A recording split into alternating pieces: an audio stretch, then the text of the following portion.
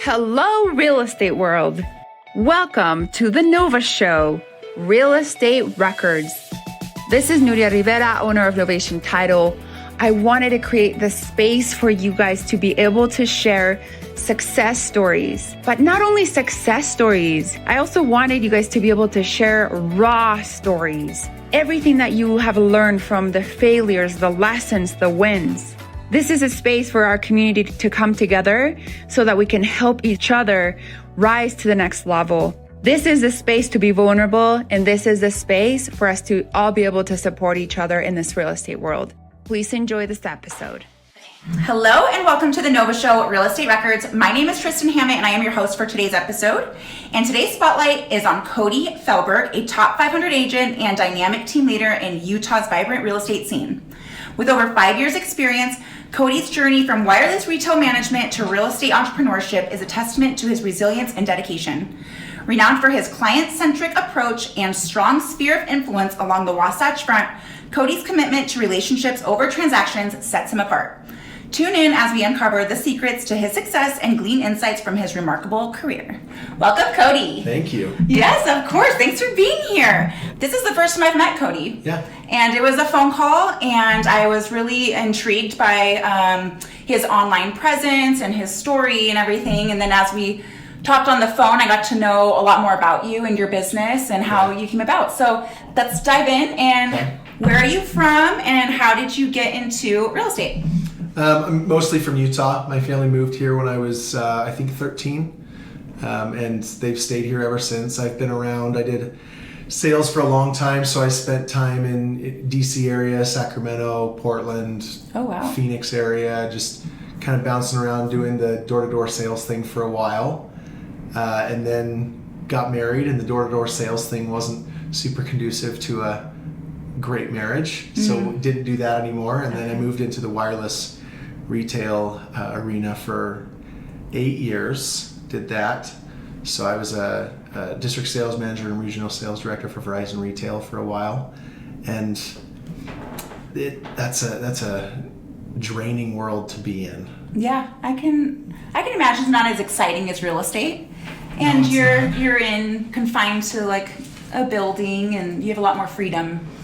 Yeah, well, so I had like a bunch of stores that I was over at the time, so I would travel around and visit stores and train and things like that. So, but it's really hard, managing, hiring, staffing for a bunch of locations, a lot of employees that are retail type employees. They're not super motivated, even to do kind of bare minimum sometimes, and that's just it's exhausting trying to explain to people why they should have to clean a store, and why they should have to be on time and things like that. It's draining. So in January of 2019, it was funny, actually November of 2018, I was awarded the number one in the company for that year in my position. Wow. There were 127, I think, of us, and I was awarded number one. And then January I was laid off. Oh my gosh. And so that was where I was done, managing people that didn't want to be in the place they were working, and B, working for someone who determined what I was able to achieve. And so I went and got my license over a 20-day period. I think I finished my course. So studied, took the test, passed. Yep. All right. Okay, so then now you're in real estate, so that's 2019. Yep. Okay, and so tell us about how you had joined a team initially, or you were... kind of, but not really. Okay. So there was, I got my license and so went to my brokerage, and, just initially there were some trainings here and there that I was attending, and there was a guy that I met there by the name of Kevin Moss, and he had been licensed for a while. He was only a few years older than me, but he'd been licensed for a while, been in the real estate world for quite a while. And he had built a team at one point and then disbanded it. He did not enjoy people managing. That was not his forte, and he didn't enjoy doing it. But he'd been paying for leads for a while and didn't have time for them, and I knew that. We had met each other, we liked each other. So I one day just went and sat down in his office and I said, hey, I've got the skills here, I need the people. So let me take your leads, help me adapt my sales skills already to real estate, and then let's build a team. Let's be partners and let's build a team. Yes. And so that happened, and 5 weeks later I had 3 closings in a day. Wow. And it just was off to the races at that point. And of course, a lot of those people became my sphere. And Kevin and I started building out a team, so we hired several agents on, and then unfortunately in September of 2021, Kevin passed away. And I've been running the team since. You've been running the team since. Yeah. Okay, so that's so sad to hear that he's passed. But it sounds like definitely your management skills came into play and are a huge help when you're on the team. Let's talk about the leads that he provided. So you were cold calling. Were these warm or cold leads? I mean, warmish, right? They're internet leads. People have clicked something, so Okay. they're getting a call as a result of that. Okay, so did you practice? Because this cold calling Yeah. is not people's favorite thing It's to not. do. Even But- warm calling is not people's favorite. Yeah, no. And so there's actually some agents that they won't even call their SOI. And I'm like, you have to call your SOI. You have to. I've removed people from my team for not calling their SOI. Yeah. And so, and to me, that'd be the first place I'd go before I make any cold calls. But anyways, so cold calling, warm calling, it's not everyone's favorite thing to do. How did you practice scripts or conversations, or like did you like role play? How did you get comfortable with that? What I do I know it doesn't work for a lot of people. I don't get nervous calling people. I could walk up to a stranger on the street and that doesn't make me nervous. It's not scary. And that to doesn't me. surprise me because you were very friendly on the phone. Yeah, it's just it's not hard for me to do that. But then again, like I said, this is years now, right? I had 14 years of sales experience. I served a 2-year LDS mission before that. So I've got a lot of experience talking to people that aren't planning to talk to me. Yes. You just kind of get comfortable with it, and it becomes fun. Honestly, it's not scary for me to call somebody, and I'm not a scripter. And I think the reason I don't do scripts is because when I started in my door-to-door stretch at the beginning, everything is very scripted, and that made it hard for me to really be me. But it also made it hard for me to really connect with people, because when you're going off a script, all you're thinking about is the next thing you've got to say. So you're just waiting for people to be done talking. When you're living in the script world, there's two states of being. One is talking, and one is waiting for people to be done talking. That's it, and that doesn't work for building connections and making people feel. No, it's not authentic, especially to someone like you, who's you're very a people person. Yeah, people want to be able to trust you and feel like you care about them, and it's hard to do that when you're operating on a script, I think. So I've always been more of the sort of like a bullet points outline. I'm going to pepper these in, they'll get in there, but how they get in is going to change with every person I talk to. Okay. And I let the conversation, and sometimes it doesn't get in there, and that's okay. But with leads specifically, I know I've got 6 seconds to make this person like me, and then from there, now I can show them that really all I'm here to do is help them. Yeah, absolutely. I like that. And I think a lot of the fear, and I'm noticing this because I'd have to make calls. Yeah. Too. And cold calls are the people that I absolutely do not know. And one of the things I've had to get over that fear has helped me is like, what's the worst that's going to happen? They're going to say no.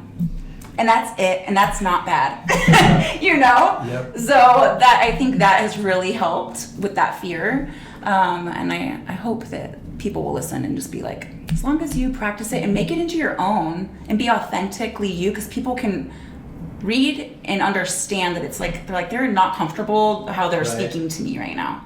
And that's honestly my big thing is I've taught my teams and people that I've trained in sales forever that if you see a smile or hear a laugh, you should be also seeing dollar signs. Oh. Like smiles and laughter, that means I'm winning. That means that, and I don't mean winning like me versus them winning. It just means like I'm accomplishing my job, and that leads to money, right? Like it leads to an income if I'm doing my job well. So I like to make people laugh, like make them feel comfortable, but I also like to let them know that I'm very aware of the job that I'm doing and how people feel about it. So a lot of times, especially in a lead call scenario, we get that email and it says speed to lead. So that they just clicked that. Okay. They clicked it, and we got it seconds later.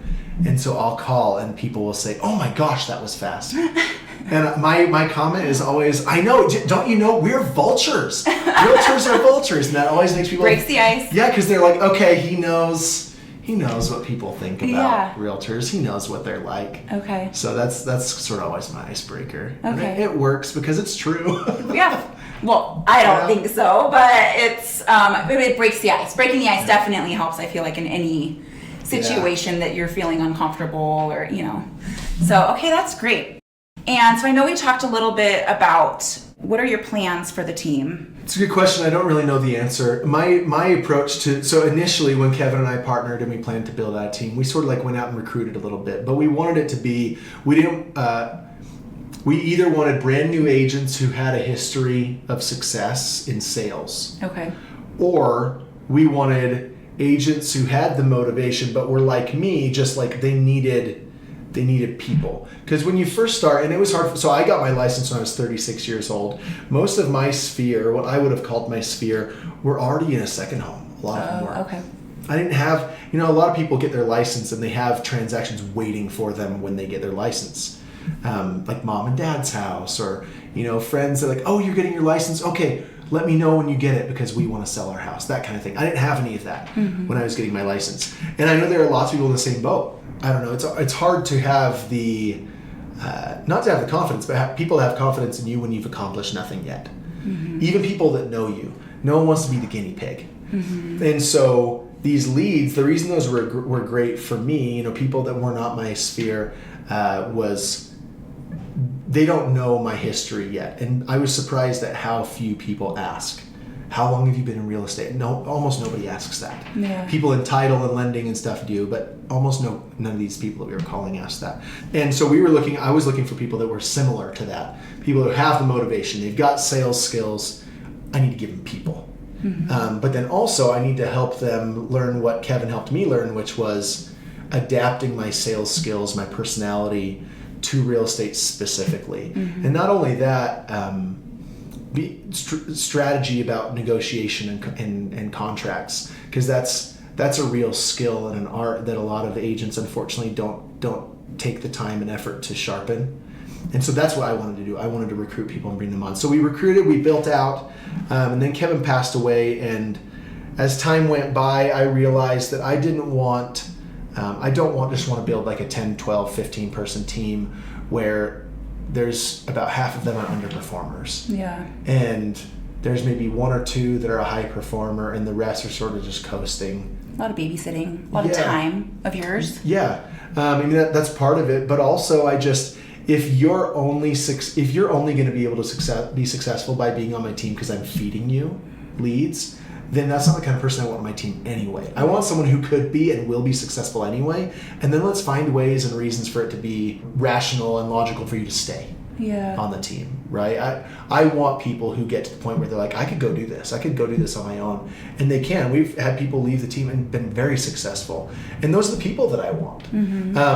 Unfortunately, as time has gone by, I'm not meeting as many of those people, and I'm not out actively looking for them. Yeah. I meet probably one person a month that wants to talk with me about joining my team, and 11 of 12 of those, I usually end up telling them either they're not a good fit for me or I'm not a good fit for them. Because I don't do the daily accountability stuff. I don't need you in the office making calls from 9 to 11, and then you have to be in the office until this. I don't do that. You're supposed to be self-employed. This is supposed to be your thing.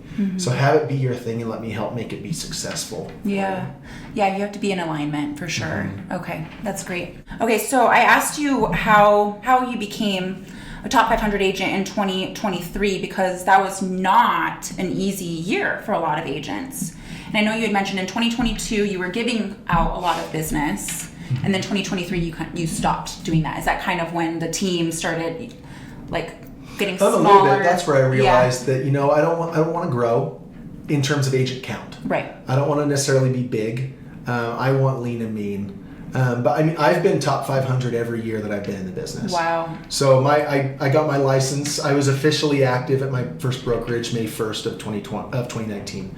So my first full calendar year, 2020, I've been top Realtor 500 every That's year. amazing. And I think it's the same reason that 2023 was successful for me. It wasn't so much that I made a change in how I was doing what I was doing. It's kind of how my personality has always been. Someone pops in my head and I call them. I text them. There's no agenda. It's just... Yeah, you don't make SOI calls, I remember you saying. I thought about you. Yeah. I thought about you, wanted to call and see how you are.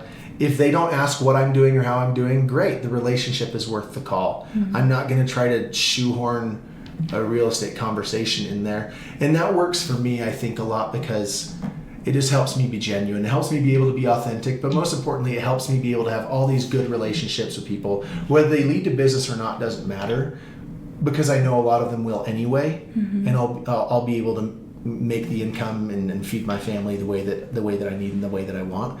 But I'm also really competitive. So seeing my name doesn't even matter like where, as long as I'm beating other people. I like to see that. I like to see a list of names and mine is at the top or close to the top. So it's funny because that makes me, when I'm in my car, I made my wife a promise several years ago that when I'm in my car driving to whatever I'm doing, I'm going to be on the phone. And I'm going to make that be productive. So I don't have to be on the phone as much at home. I'm going to be on the phone. So I just call. And 1 out of every 5 people answers. But because of the track record I have now and the equity I've built with them, where this is just me calling to say hi, people call me back. People text me back. Sorry I missed you. We need to catch up soon, in a way that I think it's hard for a lot of people to bring that, I don't know, authenticity to some of those SOI calls that they make. Yeah, and I think it's great that they're relationship calls. And you said to me, I don't ever ask my clients for anything. Yeah. I think that's amazing that you still have this business when you're not asking for things, because I think agents are trained so hardcore in asking for referrals. Who do you know? And so you not doing that actually works for you. It does. It's funny. In 2023, I whittled it down to there's me and 1 agent on my team now. Mm-hmm. And hopefully at some point we're able to grow it to where we're partners, and maybe we bring another agent or 2 on at some point. But it was just the 2 of us, and we were the top performing team at our brokerage last year. Wow. For the calendar year. And so throughout the year, we won a bunch of months, and so there would be production awards, and every time they would say, Cody, what's your lead gen? I don't have lead gen. My lead gen is I call people that I like, I text people that I like. I either just check in or I'm offering them something. Mm-hmm. So hey, can I book you guys a day at Top Golf? Oh. Come grab my pass and go to Top Golf. Can I take you to lunch? And if real estate never comes up, the result was the relationship, and that has to be worth it, or else people aren't going to feel like you actually care. They feel like there's an agenda. Mm-hmm. But if there's no agenda, there's no agenda for them to sense. Wow. I think. That's really impressive. First of all, I've never heard anyone just saying like, hey, let me book you a bay. That's pretty cool. That makes you stand out for sure. I think it does. I think it does. It's hard for people to get out and do stuff, and stuff's not cheap anymore. And so when you can call a past client, or just someone, even not a past client, just a friend, and hey, I was thinking about you guys. What can I do for you? Can I book you guys a bay at Top Golf next week? Like, give me a day, give me a time, and I'll book you a bay. I do that quite often, more than probably most other things I do right now. Okay, so you have like a membership there? Yeah. And then you can just let people... Yeah, they just have to come get my card, which gives me a face-to-face. Yeah. So it's... That's brilliant. Yeah, it's productive. It's good. Yeah. Okay, I know your brokerage does a lot of client appreciation events. Mm-hmm. So in addition to what you do on your own, do you partake and invite your clients to these, or is there some that you like to do and not others? It depends on the event, right? Okay. So I've realized that the bigger they are, the less impact they actually have for me. Mm. Because if I've got, so for example, they booked out Splash Summit last summer. Oh, I went to that. And I had, I think, like 130 clients come. And I got to say hi to all of them as they came through and checked in, and I gave them their wristbands and stuff. Literally just hi. There's no catch up, no conversation. I'm catching some of them throughout the water park as the evening is going on, but that's not how I operate, right? I don't do the check in, hi, that's it. kind of thing. I want to be able to have a 5 to 10 minute conversation, see how you're doing. That's why December of 2022 is when I got my Topgolf pass for the first time. And that was a decision. All right, I am going, instead of client events, I'm going to do this. I'm going to have one-on-one time. I'm going to have FaceTime. So I take people, or they can just borrow it, but I'm going to do this instead. I'm going to try to do something more often throughout the year. And so I have clients who've used my Topgolf pass 10 times in the last year. Okay. I have some who've used it once. I have some who it never works, but I always offer, and I never ask for anything. Yeah. And I think, again, that's why it works. So some clients they've never used my pass, but they've sent me referrals along the way. And I think it's just because there's that constant contact. Yeah, and you're showing your appreciation and saying thank you. Whether they take that or not, that's on them, but you're reaching out and you're giving gratitude to them. I think that's wonderful that you do that. And I full-heartedly believe in the client events. Whether you do it, and like, I know that there are big teams that they do these huge events, right? And it is just their client base. And so they get to wander and interact with them, and that would be cool. But that, again, that's not me. Yeah. I'm not a, hey, let's do this upscale thing and put me in a shirt and tie, and that's just not my vibe, I guess. No, I love that you do the Topgolf. I think that's genius. So that's great. What kind of, so you're saying, you were saying that your SOI are typically, they're already in their second homes, going into their second homes. How have you navigated, what are you helping them out on? Is it investment properties, or what does that look like?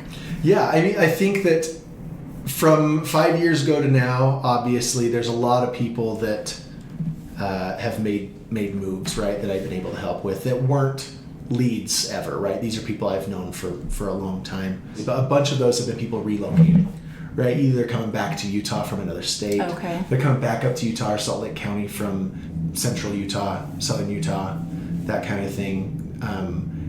A lot of them are referrals of, so I got a referral from, a buddy of his nephew, and I helped them buy a townhome, and then they sold it a couple years later. And it's a lot of that. So it's, because as I used to be better at posting on social media, I'm not so much now. It's not my wheelhouse. But I think that obviously success breeds success, right? People already like you, and then they know that, oh man, he does well. And then when I annually, I didn't post it this year, but annually there's the, hey, thanks again to all my clients because I made Realtor 500 again. Then that sort of establishes like, okay, he doesn't just do it and I like it, he's good at it. He's good at it, yeah. That helps. So I'll get DMs on social media from time to time, people I haven't seen or talked to in years, just like, hey, I saw this. Congrats, man. Yeah. Well, or they'll just be like, my parents are thinking of this. Do you think that we should make a move? Can you talk to them? That kind of stuff. Okay. So I actually do want to talk a little bit about this. So you get a referral from a past client or friend or family member, and how do you turn the lead into a client? I know this sounds okay. They're already my client. Okay, I'm asking because there's quite a few agents that have that fear, and they can't get quite over the threshold, I guess you call it. And yeah. I don't know what that is, because if it's that warm of a lead, like, how are you getting them to the closing? And you're saying they're already your client. They're already my client. Okay. I have a firm belief in fake it till you make it. I absolutely believe that works in most things, because the fear makes you act in a way that is very clear that this is not something. It's kind of like guarding. Doing. Yeah. Okay. And so I believe in fake it till you make it. And whether it's a lead that I got and I'm calling them, or whether it's a referral I got and I'm calling them, there's no difference. Okay. To me, because what I've always trained people in sales on is no one wants to have this. When you go to the bank, and that teller that's standing behind there, while you're waiting for them to do whatever they're doing, they go, so how's your week been? We got any big plans for the weekend? And it's so awkward, and it's so forced, and it sounds like someone's holding a gun to their head and making them talk to you, right? Yeah. That's how people talk to people they don't know. Mm-hmm. And no one wants that. Nobody wants that. People don't want a transaction, they want an interaction, right? Mm-hmm. So whether it's a lead call or whether it's a referral, it doesn't matter. I'm going to talk to them as if this is a friend I've never met before. I'm going to talk to them as if there's a connection that we just maybe haven't established yet. Okay. And so that's sort of the way I approach it always. And I think that help. It doesn't sound rehearsed, even if it was, I guess. It doesn't sound rehearsed. It's just very genuine, authentic. I'm here to help you. Hey, so-and-so said that you guys are thinking about doing this. I don't want to bug you. I just want to let you know that I'm here. If you have questions, if you need some help, you can tell me to get lost if you want to. And I tell people that all the time. Like, look, you can tell me never call you again if you want to. However, you're going to need help. Mm-hmm. And because you need help, let me tell you about the things to be ready for. And let me tell you about why, A, you should want my help, but why I want to help. Mm-hmm. I've been through this process you're about to go through. It's not fun. It's scary. It's stressful. You need someone that can help it be as low stress and as non-scary as it can be. And there are some reasons that's me. Yeah. Well, and I think there's a difference too. Like, you are naturally like charismatic, outgoing. You like people. People usually hear me before they see me. I'm loud. Oh, but that's funny. But you can tell a difference between somebody that like maybe doesn't like people and they probably shouldn't be. Maybe real estate agent isn't quite what they need to be doing. Maybe it's TC. You know, or maybe it's something that, but you're just very, and I think that just comes naturally, right, of who you are.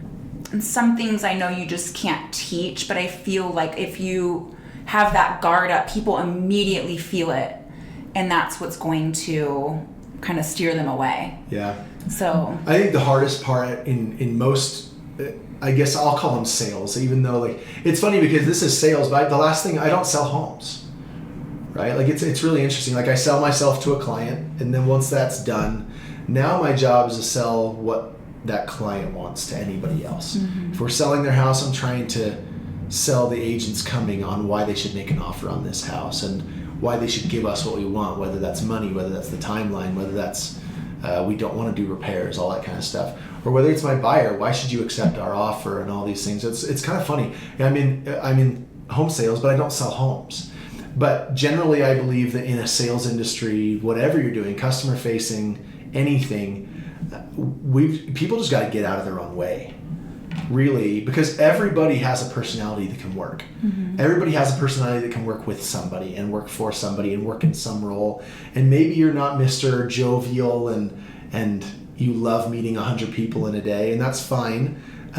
There are clients that don't like that either, and they'll love you. Very true. They'll love you, and they want analytical. And I can be those things, and that's what I tell people all the time too. Is like you got to be a chameleon a little bit. I have clients who don't talk a whole lot, so I don't talk a whole lot with them. I have clients who are more numbers driven than emotion driven. I can be numbers driven if you want me to be, but just get out of your own way. Mm-hmm. Being scared doesn't serve anybody. Yeah. And the hard part is a lot of people that are in real estate, they say, and I think that they believe it, that they just want to help. Mm-hmm. They just want to help people. They care about people.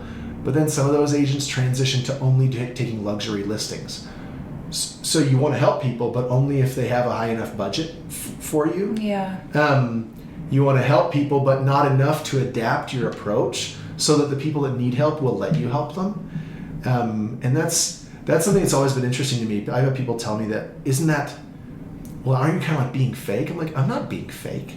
I'm just adjusting my delivery to match what it is you need and you want. Yeah. Do you know the disc? Yeah. Yeah. So okay, I'm kind of gathering that. Kevin and I were big on the disc. Okay, I'm gathering that, and I do think that having that tool and that knowledge under your belt makes a huge difference. Because things you're saying, I'm like, it's you're mirroring, like you're obviously a high I. Yep. And I don't know, I'm guessing D, high D. I'm high D, high I. Yep. Okay. Yep. So, but mirroring and matching, what he's talking about is high Ds are very analytical, and they just want bullet points. Like they don't want the chattiness of a high I, like me. It's like get to the point. Like, does this make sense? But it turns on and off and it changes. But the way that you can recognize that in your clients makes you have a whole different client experience. First of all, you're just giving them what they want to what they need to hear, not what they want to hear, what they need to hear. Are they high C's and they need everything in like perfect order and perfect form? Are they steady? They're gonna need more time, to make these decisions. And it's my job to also inform them, like, hey, we're kind of on this timeline. The market's kind of crazy. I don't know if you know, but and then high I's, they want to know about the neighborhoods and the families and what's happening around. It's emotional. It is. Yep. So I think I love the disc, and I think it's a great tool. It's awesome. And honestly, too many people worry too much about how they are being received instead of worrying about how are they delivering, right? Like, do people like me and that kind of stuff. And they worry so much about what they're going to say. They don't worry about the package that it's coming in often enough. And it's the same in a negotiation too. I assess the agent on the other side right off the bat, because now I'm going to speak in terms that get them to where I want them to be, because I work for one party in this, and my job is to get them everything I can. And if I need to massage this relationship in essence, my job, I'm paid to legally manipulate people into getting what my client wants. That's my job, right? Yeah. Like, my job is to get party on the other side to say yes.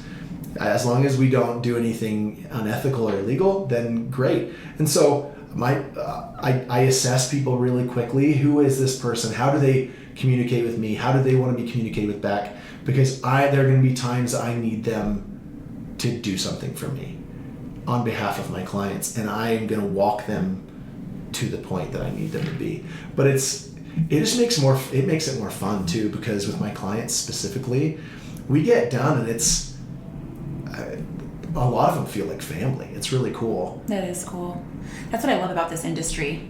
Not only with your clients, right, but you make a lot of connections with other real estate agents too. And for the most part, our industry is so growth driven and collaborative. It's great. I mean, no, it's not everyone, but and that you get to make these friendships and they become family with your clients, because you are helping them with one of the biggest decisions of their life. And I think what you guys do is amazing, and I couldn't imagine the home buying process without an agent, So I just, having a good agent an exceptional agent is what really can make the difference. And obviously that works with you, and you make the experience an exceptional one because they keep referring and coming back to you, and you're not even asking them for anything. Yeah, I'm here when they're ready for me. Yeah.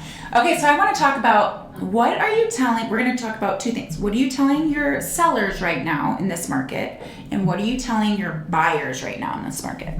Honestly, kind of the same thing. I'm here if you need me. I'll tell you what's going on. But at the end of the day, I try to avoid telling my clients you should buy now or you should sell now. Because what I don't ever want, and whether we realize it or not, if something sours after, right? Like, we make a transaction, we sell, we buy, whatever it may be, 6 months down the road, if that ended up not being the right decision, now I'm a part of that, whether it was my decision or not. And it's never my decision, but now I'm a part of that bad decision. And so now there's going to be this little bit of negative feeling that unfortunately I'm attached to. And I don't ever want that. So I make sure that I don't ever tell them, hey, you should do this, you should do this. I sort of just tell them, like, hey, here's what I'm finding right now. There's not a lot of listings available. Yeah, rates are high, there's not a ton of buyers, but there are even fewer listings.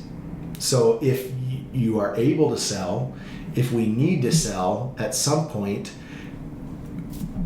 it doesn't necessarily change whether you wait or not. And obviously it's different if you've only got